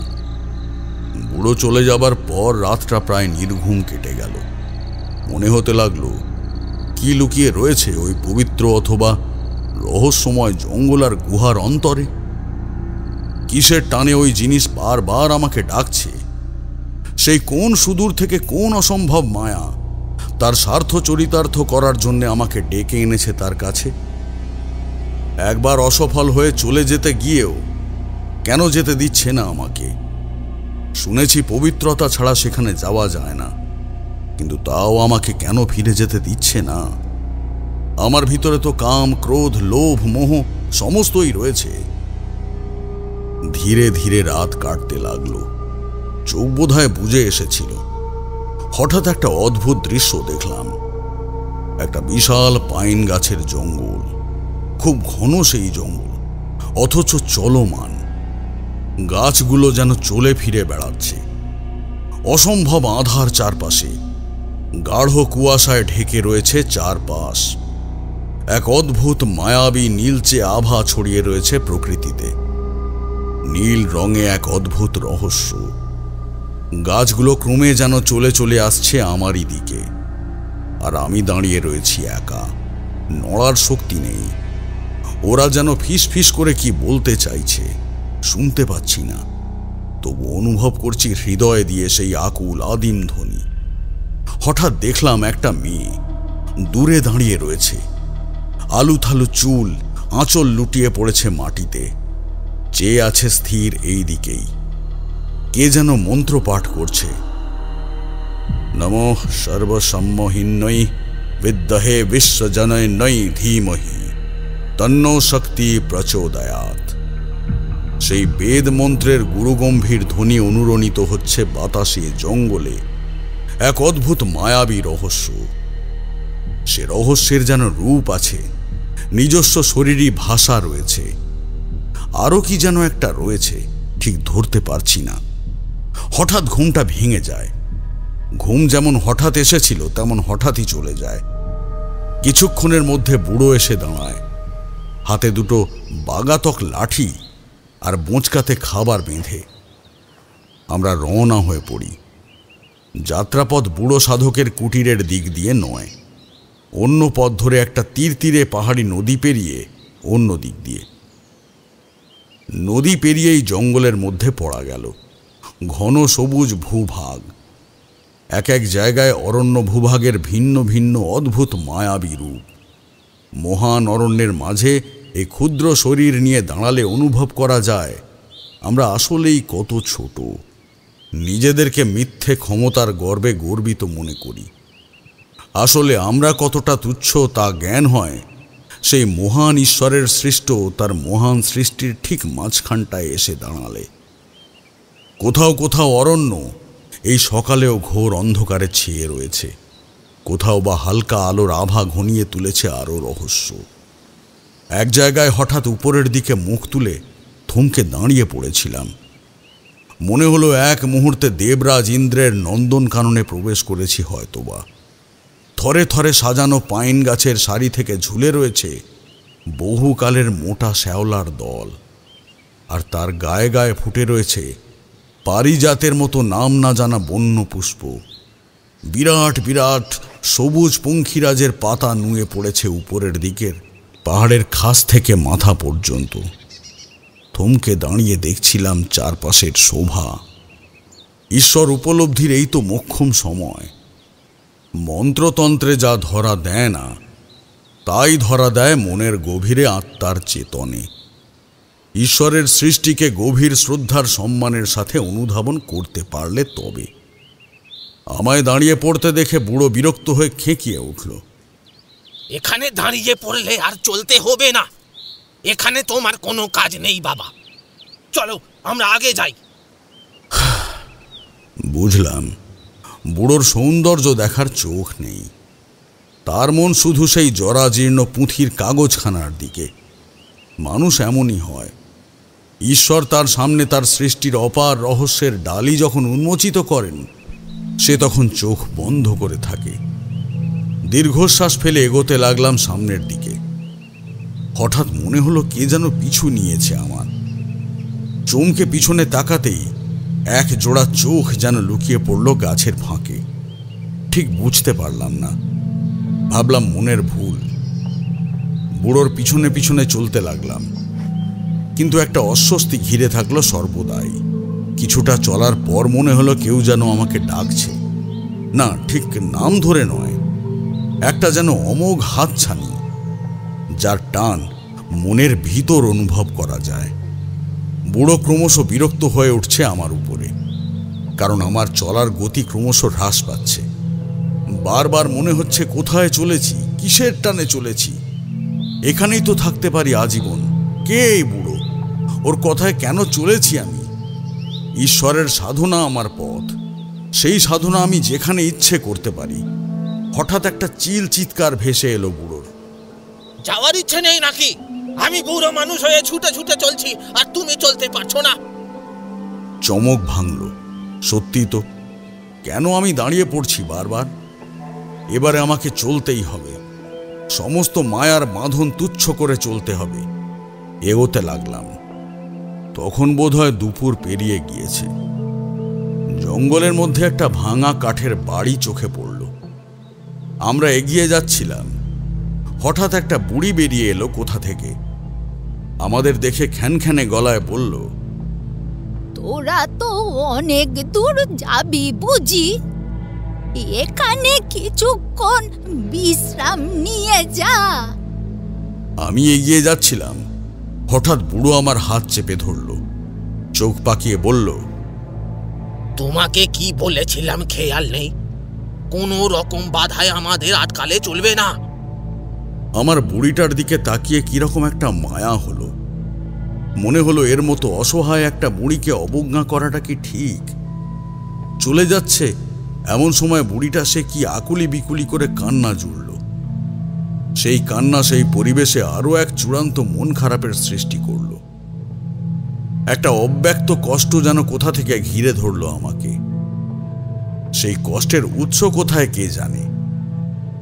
শুনেছি আমাদের আত্মার ভিতরে সহস্র শতাব্দী ধরে আমাদের যে বিভিন্ন শরীর ধারণ করে যাত্রা পথ, তার স্মৃতিচিহ্ন রয়ে যায়। হয়তো অনেক জন্ম আগে আমিও এই জঙ্গলেরই অংশ ছিলাম, হয়তো এই প্রাচীন বৃক্ষ অথবা ওই অভাগা বুড়ির সন্তান হয়ে, কে জানে। একটা পাহাড়ি ঝর্ণা দেখে ঝুলি খুলে বুড়ো এবং আমি দুজনে মিলে পেট ভরে খেয়ে নিলাম। আবার পথ চলা, ক্রমে অন্ধকার ঘনালো, চারপাশে কুয়াশা নামলো ঘন হয়ে। চমকিত হয়ে দেখলাম একটা নীল আভা যেন সত্যি ঘিরে ধরেছে চারপাশ। সেই নীল আভার প্রেক্ষাপটে চারপাশের পাইন জঙ্গল যেন মায়া দেবীর চরণভূমি মনে হচ্ছে, যেন এই জগৎ পৃথিবীতে থেকেও ঠিক পৃথিবীর নয়, যেন এই জগৎ পৃথিবী থেকে অন্য এক রহস্যময় জগতের মধ্যেকার যোগসূত্র। ক্রমে অন্ধকার নামলো আরো গাঢ় হয়ে। বাস্তব জগৎ সম্বন্ধে ক্রমে এক বিস্মৃতি গ্রাস করতে লাগলো আমাদের। ধুরন্ধর মাংলিম্বুও কেমন চুপ করে গেল। একটা জায়গায় জল বয়ে যাচ্ছিল হু হু করে। তার উপর থেকে দুটো জংলি বাঁশ ফেলা রয়েছে মোটা মোটা। সেই জায়গাটায় এসে থামলো সে, আমায় বলল, আজ রাতের মতো বিশ্রাম এখানেই। আর কিছুটা পথ গেলেই আমরা গন্তব্যে পৌঁছব, কিন্তু পথটা রাতে পার করা সম্ভব নয়। কাল ভোর থাকতেই রওনা হতে হবে। ক্লান্তি আর অবসন্নতা ঘিরে ধরেছিল আমাকে। কখন যে অবসন্ন শরীর এলিয়ে পড়েছিল বুঝতে পারিনি। খেয়াল হলো একটা সুমিষ্ট মৃদু ঘ্রাণে। ঘুমের মধ্যেই একটা মাতাল নেশা যেন পেয়ে বসল। হঠাৎ কখন যে চোখ খুলে গেল বুঝতে পারিনি। চারপাশটা তখন একটা অদ্ভুত মাতাল আলোয় ভেসে যাচ্ছে। কিছুক্ষণ আগে যে অন্ধকার নিকষ ছায়া জঙ্গলে এসে আমি আর বুড়ো আস্তানা গেড়েছিলাম, সেসব আর মনে থাকলো না। আশেপাশে আমার আর কেউ নেই। ফুলে ফুলে ঢাকা একটা সবুজ মাঠে শুয়ে আছি যেন। তরাং করে লাফিয়ে উঠে পড়লাম। অপূর্ব সুন্দর সেই ঘ্রাণের উৎস কোথায় খুঁজতে হবে আমাকে। দিকবিদিক জ্ঞান শূন্য হয়ে হাঁটা লাগালাম। চলতে চলতে মনে হলো কত পথ, কত প্রান্তর পার হয়ে চলেছি। একটা অপূর্ব ভালো লাগা গ্রাস করে চলেছে দেহ আর মন। হঠাৎ দেখলাম সেই দৃশ্য। দূরে একটা লাল শাড়ির আঁচল, একটা মেয়ে যেন ছুটে যাচ্ছে। কিছু না ভেবে আমিও ছুটতে লাগলাম ওকে লক্ষ্য করে। স্বপ্নে দেখা সেই মন্ত্রপাঠ, নমঃ সর্বসম্মোহিন্যৈ বিদ্মহে বিশ্বজনন্যৈ ধীমহি তন্নো শক্তি প্রচোদয়াৎ তঃ অদ্যা দেবী কামাখ্যা রূপেণ জগন্মাতৃকা তৎ। কিন্তু যতই জোরে আমি দৌড়াই ততই যেন নাগাল পাই না। সেই ছলনাময়ী বারবার পালিয়ে যায়। কিছুতেই আর ধরতে পারি না, অথচ ধরতে আমাকে হবে। মনের মধ্যে জেদ চেপে বসেছে একটা, ধরতে আমাকে হবেই। সেই ঘ্রাণ আবার মাতাল করে তুলেছে। আমি উন্মত্ত। মাতৃস্নেহ লাভ করতেই হবে আজ আমাকে। কিছুতেই এত কাছে পেয়ে হাত ছাড়া করব না। হঠাৎ কিসে যেন একটা পা জড়িয়ে দুম করে পড়লাম। একটা বিভৎস চিৎকার ভিতর থেকে বেরিয়ে এলো স্বাভাবিকভাবেই। প্রচণ্ড কষ্টে বুজে এলো চোখ। গাঢ় তমসা গ্রাস করলো আমায়। ধীরে ধীরে তলিয়ে গেলাম তার অতল গহ্বরে। তারানাথ আবার একটু বিশ্রাম নিলেন। এসে বললেন, বুড়ো মাংলিম্বু কখন ঘুম থেকে উঠেছিল কে জানে। উঠে নিশ্চয়ই আমাকে না পেয়ে ব্যতিব্যস্ত হয়ে উঠেছিল।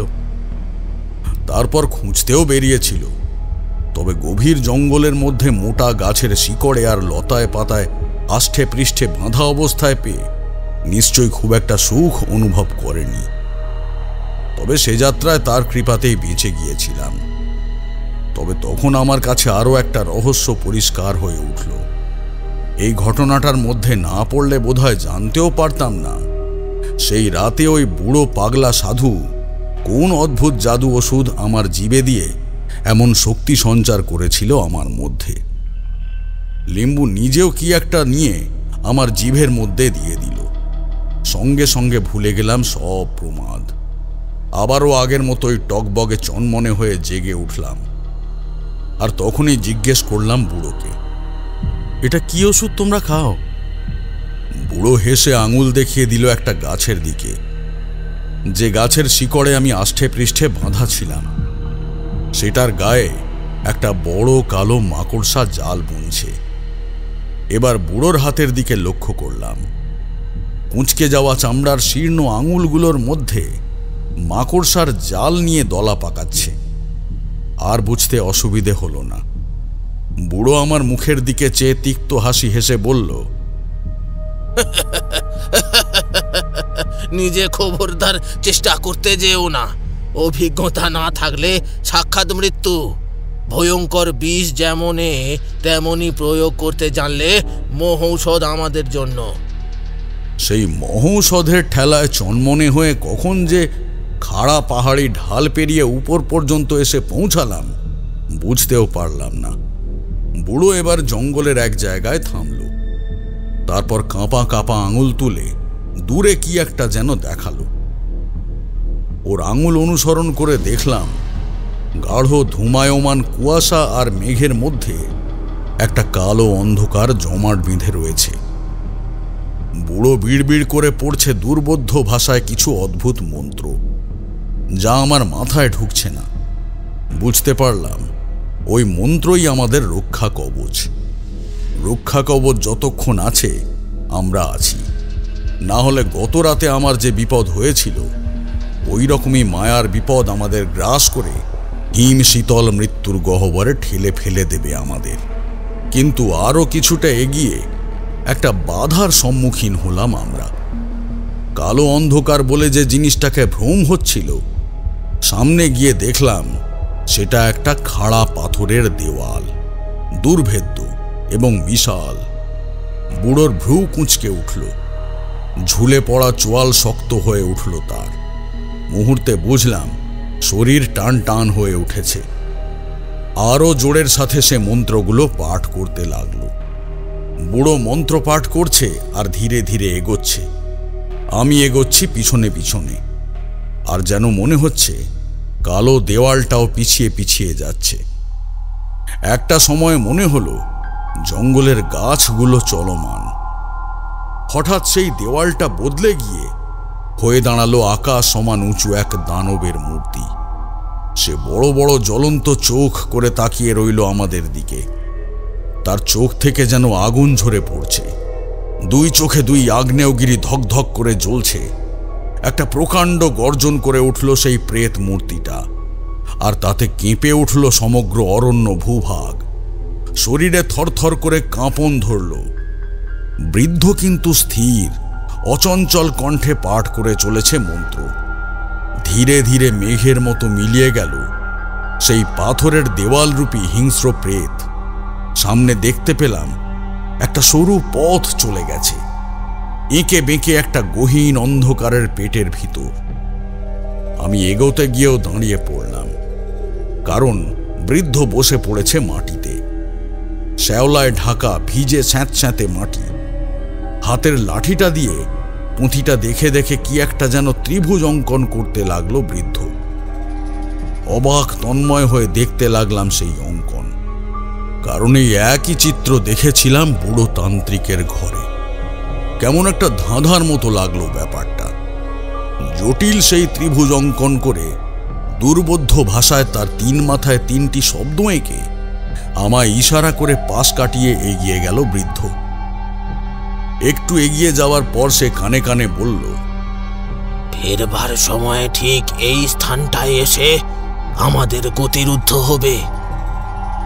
আমি যদিও না ফিরতে পারি, তুমি মনে রেখো, যদি এই জায়গাটা খুঁজে না পাও তাহলে মনে রেখো আর ফিরতে পারবে না। আর যদি এই জায়গাটা পর্যন্ত পৌঁছে যাও তাহলে পুঁথিতে লেখা মন্ত্রটা পড়ে যন্ত্রটা মুছে দিও। ধরে নাও আমরা আমাদের প্রবেশের পথ নিজেরাই খুলে ভিতর থেকে তালা চাবি বন্ধ করে দিলাম। এখন কাজ না মিটিয়ে আমাদের ফেরবার পথ নেই। কিন্তু কাজ যে কি সেটা আমি নিজেই ঠিক জানি না।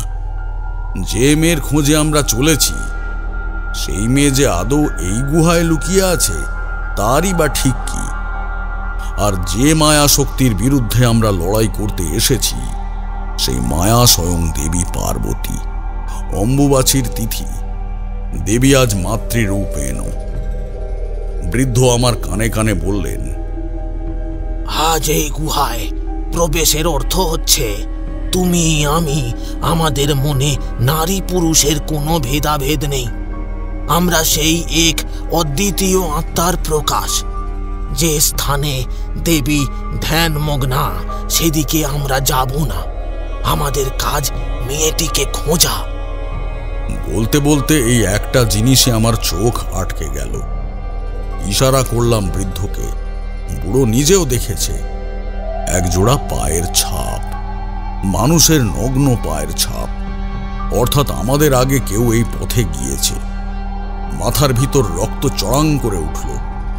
কেউ বলে না দিলেও যেন মন বলে দিল এই সেই শয়তান তান্ত্রিকের কাজ। সেদিন দেখেছিলাম ওকে ঘুমের মধ্যে নানান অভিচার ক্রিয়ার মাধ্যমে অপদেবীদের সাথে লীলা করতে। এই শয়তান আজ পুণ্যতিথিতে এখানে এসে হাজির হয়েছে। রাগ হলো ভীষণ, কিন্তু এগোতে যাচ্ছি হঠাৎ ফোঁস করে একটা তীব্র গর্জন শুনলাম। গর্জনটা এমনই যে গুহার ভিতরে প্রতিধ্বনিত হয়ে উঠল সেই হুঙ্কার। তাকিয়ে দেখলাম সামনে একটা বিরাট বড় কালো সাপের ফনা আমাদেরই অপেক্ষায় দুলছে। মনে মনে স্মরণ করলাম, দেবী নীল পর্বতবাসিনী তং দেবী জগতাং মাতর যোনি মুদ্রে নমস্তুতে। সঙ্গে সঙ্গে দেখলাম সাপটা ফোনা নামিয়ে হেলে দুলে অন্যদিকে চলে গেল। বুড়ো খুশি মনে তাকালো আমার দিকে, কিন্তু এরপর থেকেই একটা প্রচণ্ড ভয় যেন গ্রাস করতে লাগলো আমাকে। জানি না কি সেই দুর্বোধ্য ভয়ের উৎস। ভয়ের কারণ যেখানে জানা যায় না, ভয়টা সেখানেই সব থেকে প্রবল হয়ে ওঠে। বারবার কানে আসতে লাগলো কারা যেন চিৎকার করছে খুব, কারা যেন যন্ত্রণায় কাঁদছে। একটা মা যেন তার মেয়ে হারানোর অসম্ভব বেদনায় হাহাকার করছে। আর এই সব কালের পর কাল, যুগের পর যুগ ধরে।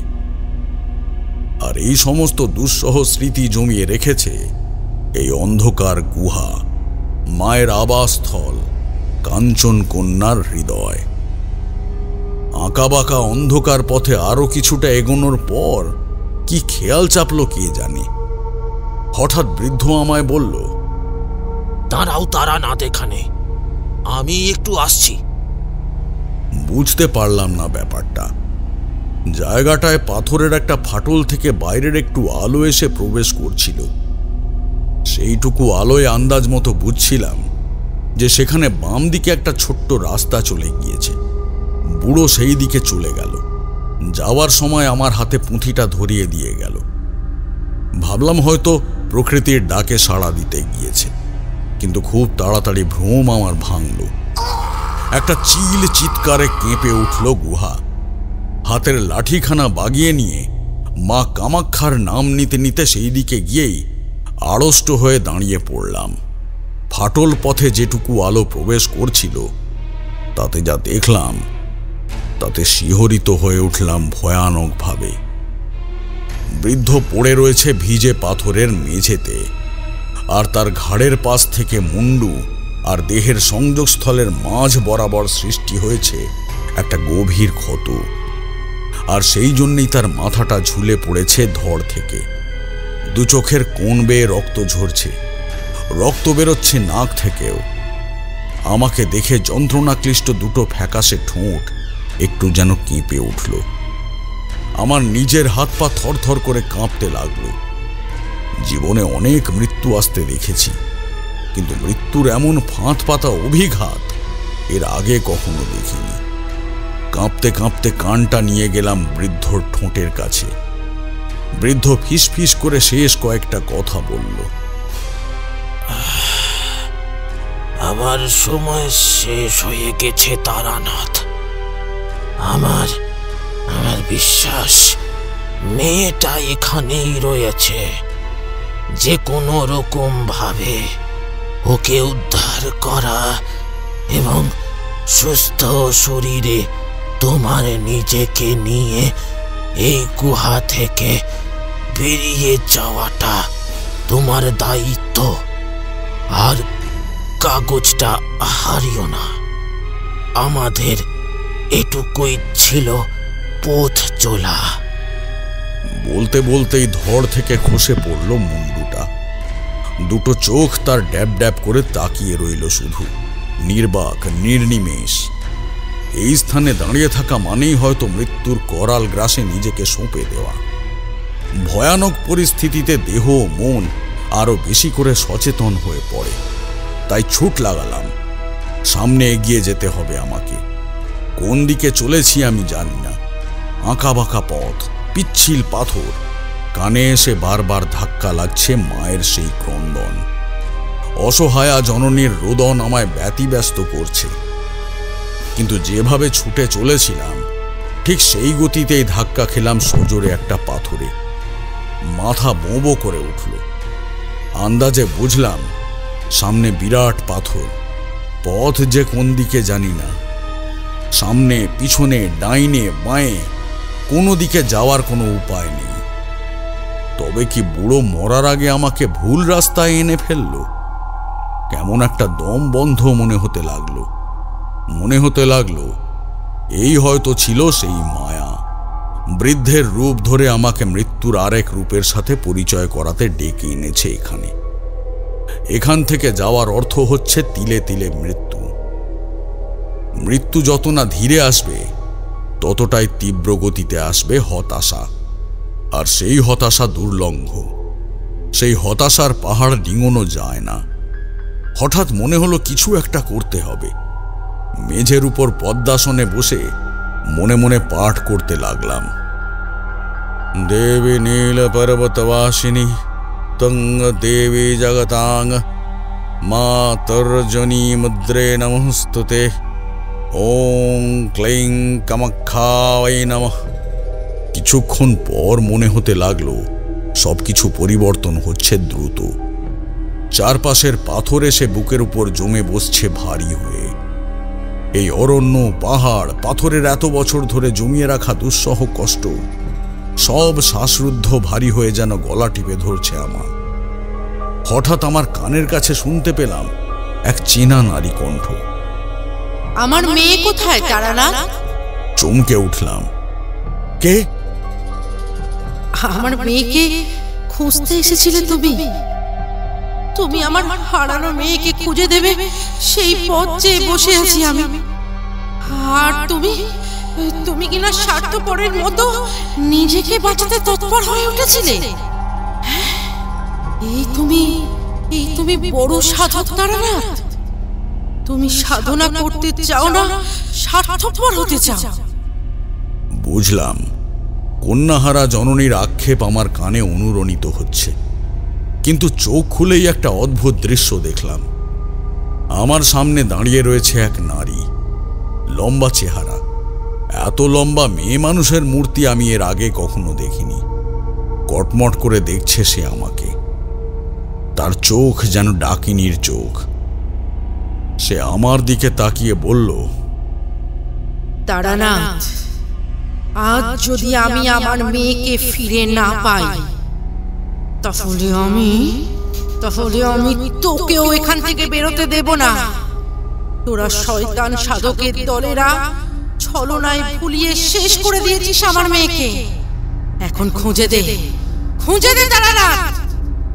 বলতে বলতে একরকম হাহাকার করতে করতে সেই নারী মূর্তি মিলিয়ে গেল অন্ধকারে। আমি ঝটপট উঠে দাঁড়ালাম।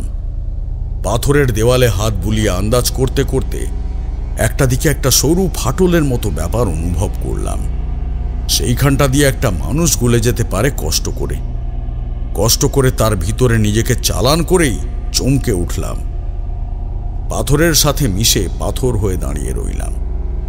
দেখলাম ওপারে একটা পাথরের ঘরের মতো ব্যাপার, আর তারই মাঝখানে একটা সাধক বসে রয়েছে। মাঝখানে চাপা আগুন, আর সেটাকে কেন্দ্র করে ধুনোর মতো ধোঁয়া উঠছে।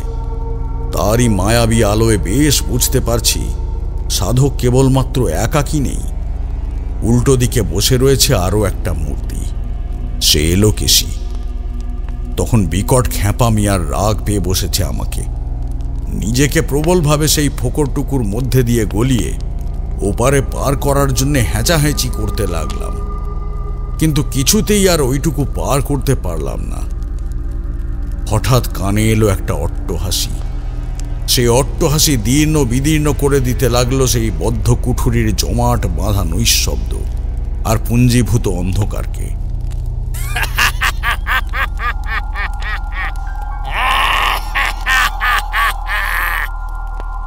তারানাথ, যতক্ষণ আমার আজ্ঞা না পাচ্ছিস ততক্ষণ যে এখানে প্রবেশ করতে পারবি না। তোকে আমি আমার শিষ্য করতে চেয়েছিলাম, তুই থাকলি না, তবে তোকে ছাড়া আমার চলতো না। তাই তোকে এখানে আসতে না দিয়ে আমার উপায় নেই। আয়, চলে আয় তারানাথ, আমার কাছে আয়।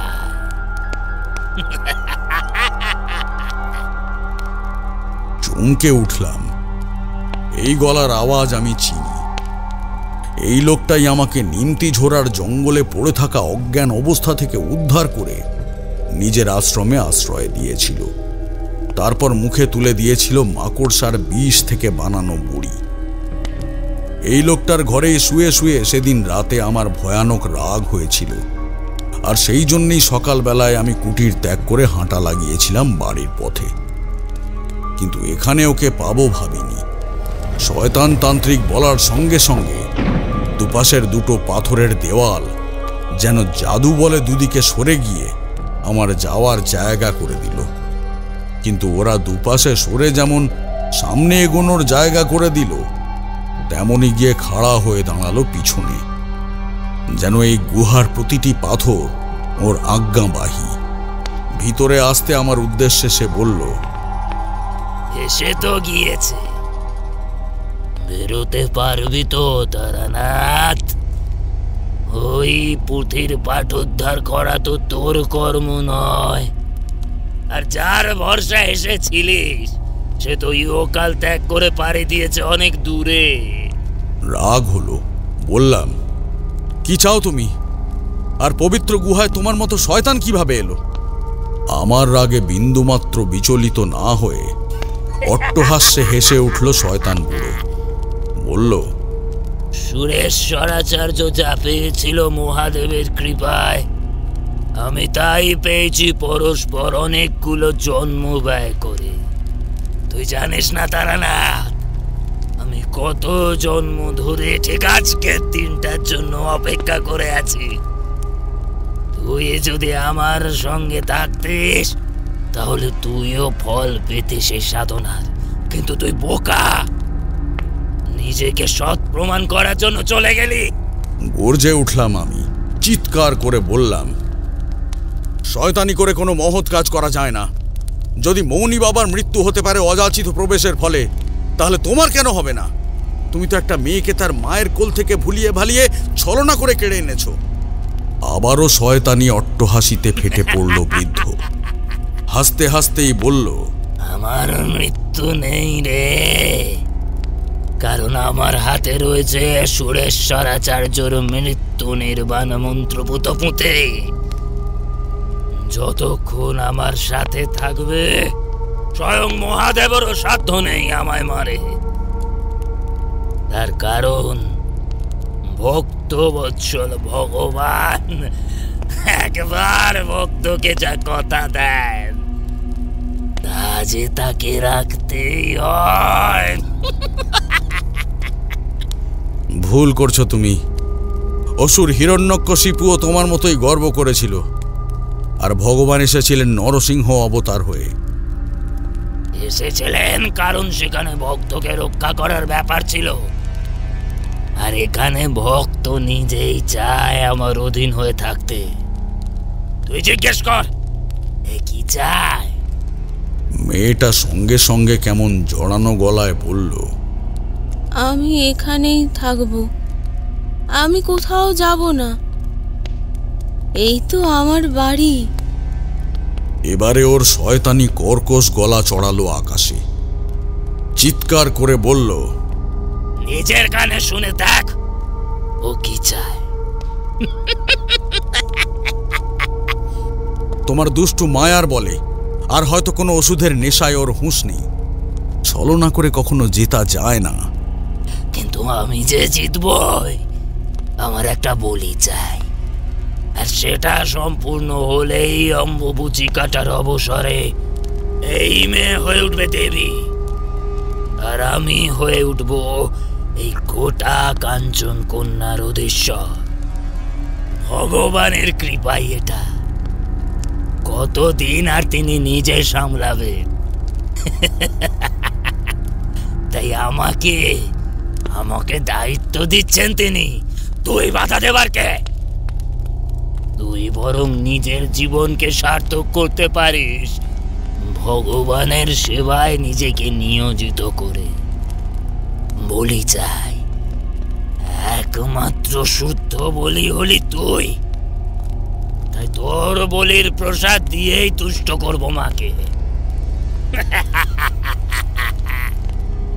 মায়ের চরণে নিজেকে সমর্পিত করতে আমার কোনো বাধা নেই, কিন্তু আজ অন্য এক মাকে কথা দিয়ে এসেছি, তার কন্যাকে সুস্থভাবে তার কাছে পৌঁছে দেব। আমার সেটুকু ঋণ অনেক বেশি দামি। বলতে বলতে এই একটা চমকপ্রদ ব্যাপার ঘটল। তান্ত্রিক খেপে উঠে ধুনির দিকে তাকিয়ে কি একটা মন্ত্র বলে ফু দিল, আর সঙ্গে সঙ্গে সেই আগুনের ফুলকি পাথরের ছাদ পর্যন্ত উঠে ছড়িয়ে পড়ল। হঠাৎ মনে হলো একটা বিরাট আগুনে আকাশ ব্যাপ্ত হয়েছে। জানি না ঘরের দেওয়ালে পাথরের ছাদে কি ছিল যে এক মুহূর্তে দাউ দাউ করে আগুন লেগে গেল, আর সেই সমস্ত আগুন লেলিহান শিখার মতো গ্রাস করতে তেড়ে এলো আমাকে। কি করব বুঝে উঠতে পারলাম না। জোরে জোরে পাঠ করতে লাগলাম, ওম সর্বমঙ্গল মঙ্গলে শিবে সর্বার্থ সাধিকে শরণ্যে ত্রম্বকে গৌরী নারায়ণী নমস্তুতে ত্বঙ্গদ্দা দেবী কামাখ্যা রূপেণ জগন্মাতৃকা তৎচরণারবিন্দ সর্বভূতানাং সমর্পয়ামি। আগুন ছুটে আসছে ক্রমশ, আর আমি একটু একটু করে পিছনে যাচ্ছি। পৈশাচিক অট্টহাসিতে ফেটে পড়েছে তান্ত্রিক, আর আমি চোখের সামনে দেখছি একটু একটু করে এগিয়ে আসছে মৃত্যু, সাক্ষাৎ মৃত্যু।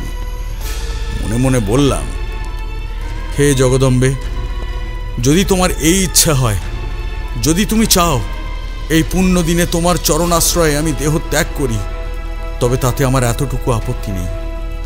শুধুমাত্র ওই অসহায় মেয়েটাকে ফিরিয়ে দাও ওর মায়ের কোলে।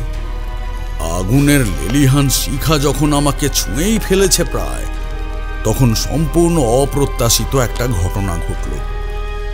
আমার সামনে কালো ধূম্র জালের মতো অন্ধকার ধোঁয়ার কুণ্ডলী যেন হঠাৎ করে পাক দিয়ে উঠল। উন্মত্ত পতঙ্গ যেমন গিয়ে পড়ে মাকড়সার জালে ছটফট করে, তেমনি সেই মায়া আগুন সেই দুরূহ জালের আবিষ্টানের মধ্যে আবদ্ধ হয়ে প্রাণ হাঁসফাঁস করে ছটকাতে লাগল। ধীরে ধীরে সেই ধূম্র জাল রূপ নিতে শুরু করল।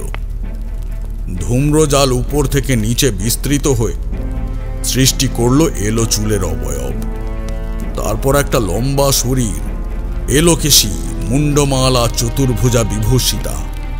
বেশ বুঝতে পারলাম ইয়া বড় বড় 4টে অশরীরী দানব এসে দাঁড়িয়েছে ঘরের 4 কোণে। তাদের কেউ শঙ্খ বাজাচ্ছে, কেউ বাজাচ্ছে কাঁসর, কেউ বাজাচ্ছে ঘড়ি, কেউ পাঠ করছে বৈদিক স্তোত্র। নমঃ সর্বসম্মহিন্যৈ বিদ্মহে বিশ্বজনন্যৈ ধীমহি তন্নো শক্তি প্রচোদয়াৎ। হঠাৎ একটা তীক্ষ্ণ চিৎকার কানে এসে বিঁধল। সেই ছায়ামূর্তির প্রশস্ত হাতের খড়গ গিয়ে বসেছে দুষ্ট তান্ত্রিকের গলায়। ধড় আর মুন্ডু দুটো দুপাশে ছিটকে পড়েছে। মায়ের প্রশস্ত আরেক হাত এগিয়ে গিয়েছে থম মেরে বসে থাকা সেই কন্যার দিকে। এতক্ষণ যে আগুন গ্রাস করতে ছুটে আসছিল আমাকে, তা মাঝখান থেকে দ্বিখণ্ডিত হয়ে এক উজ্জ্বল পার্থিব স্বর্গীয় আলোর পথ সৃষ্টি হলো মুহূর্তে। চোখের সামনে আর বাকি সবকিছু মিথ্যা হয়ে গেল। সত্যি হয়ে রইল সেই মেয়েটি, ছল ছল চোখে চেয়ে রয়েছে আমার দিকে। কানে এসে আবারও বাজল অভাগিনী মায়ের সেই কণ্ঠ, উদাস ব্যাকুল দুঃখে জর্জর রোদন। মেয়েটি আমার দিকে তাকিয়ে বলল, আমাকে বাড়ি ফিরিয়ে নিয়ে যাবে না ঠাকুর? চোখে জল এসে গেল সেই আকুল আহ্বানে। মনে হলো এক মুহূর্তে ব্যর্থ আমার সাধনার গৌরব গর্ব, ব্যর্থ আমার অহংকার। এর সামনে আমি তুচ্ছ করতে পারি সমস্ত মোক্ষ। ছুটে এগিয়ে গেলাম আমি। ওকে পাশে নিয়ে সেই আলোকবর্তিকার মধ্যের পথ দিয়ে এগিয়ে চলেছি আমি। এতক্ষণে সেও তার মাকে স্মরণ করতে শুরু করেছে।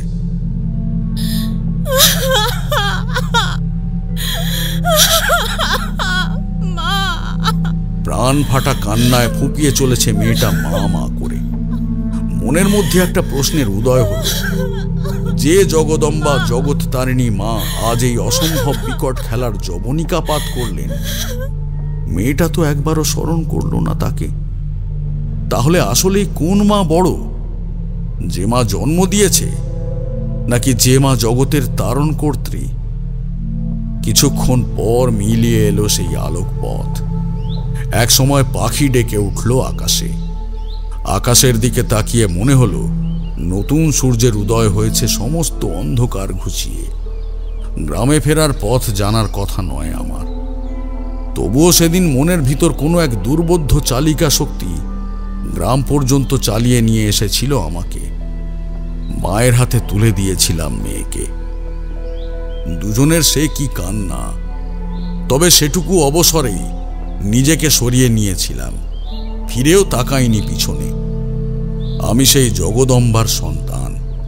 কারণে অকারণে হোক, বারবার যখন তার সেবা করার দায় ভিন্ন ভিন্ন রূপে আমার কাঁধের উপর এসে পড়েছে, তখন চেষ্টা করেছি নিজেকে সব দায়ভার থেকে, সমস্ত বন্ধন থেকে মুক্ত রাখার। প্রায় 20 দিন পর পথ চিনে ফিরে এসেছিলাম আমার গ্রামের বাড়িতে। গ্রামে ঢোকার সঙ্গে সঙ্গে হই হই পড়ে গিয়েছিল। তখনও মা বেঁচে রয়েছেন। আমার অবস্থা দেখে একেবারে হাত পা ছড়িয়ে কান্না জুড়লেন মা। কথা দিলাম এবার বেশ কিছুদিন থিতু হয়ে থাকব। মা তো মাই হয়। আজও মনে আছে সেদিন বাড়ি ফিরে কাঁধের ঝোলাটা নামিয়ে রেখে মায়ের কোলে মাথা রেখে চুপটি করে শুয়েছিলাম। আমার মা জট পড়ে যাওয়া চুলে মাথায় হাত বুলিয়ে দিচ্ছিলেন বারে বারে। আহ, জীবনের সেই শান্তি, সেই আরাম আর কোথায়! তারপর একদিন মাও চলে গেলেন। একদিন তো আমাকেও যেতে হবে। একদিন আমিও তোমাদের এই গল্প শোনানোর দায়ভারের ঝোলাটা হুট করে পাশে রেখে জগদম্বার কোলে মাথা রেখে বিদায় নেব এই পৃথিবীর বুক থেকে। অথবা ফিরে আসবো আবারও, কে জানে।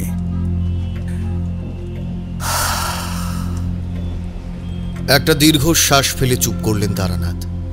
তারানাথের গল্প বারবার বিস্ময় আর ভয় উদ্রেক করেছে মনে। আজ আর চেষ্টা করেও দুফোঁটা চোখের জল লুকোতে পারলাম না।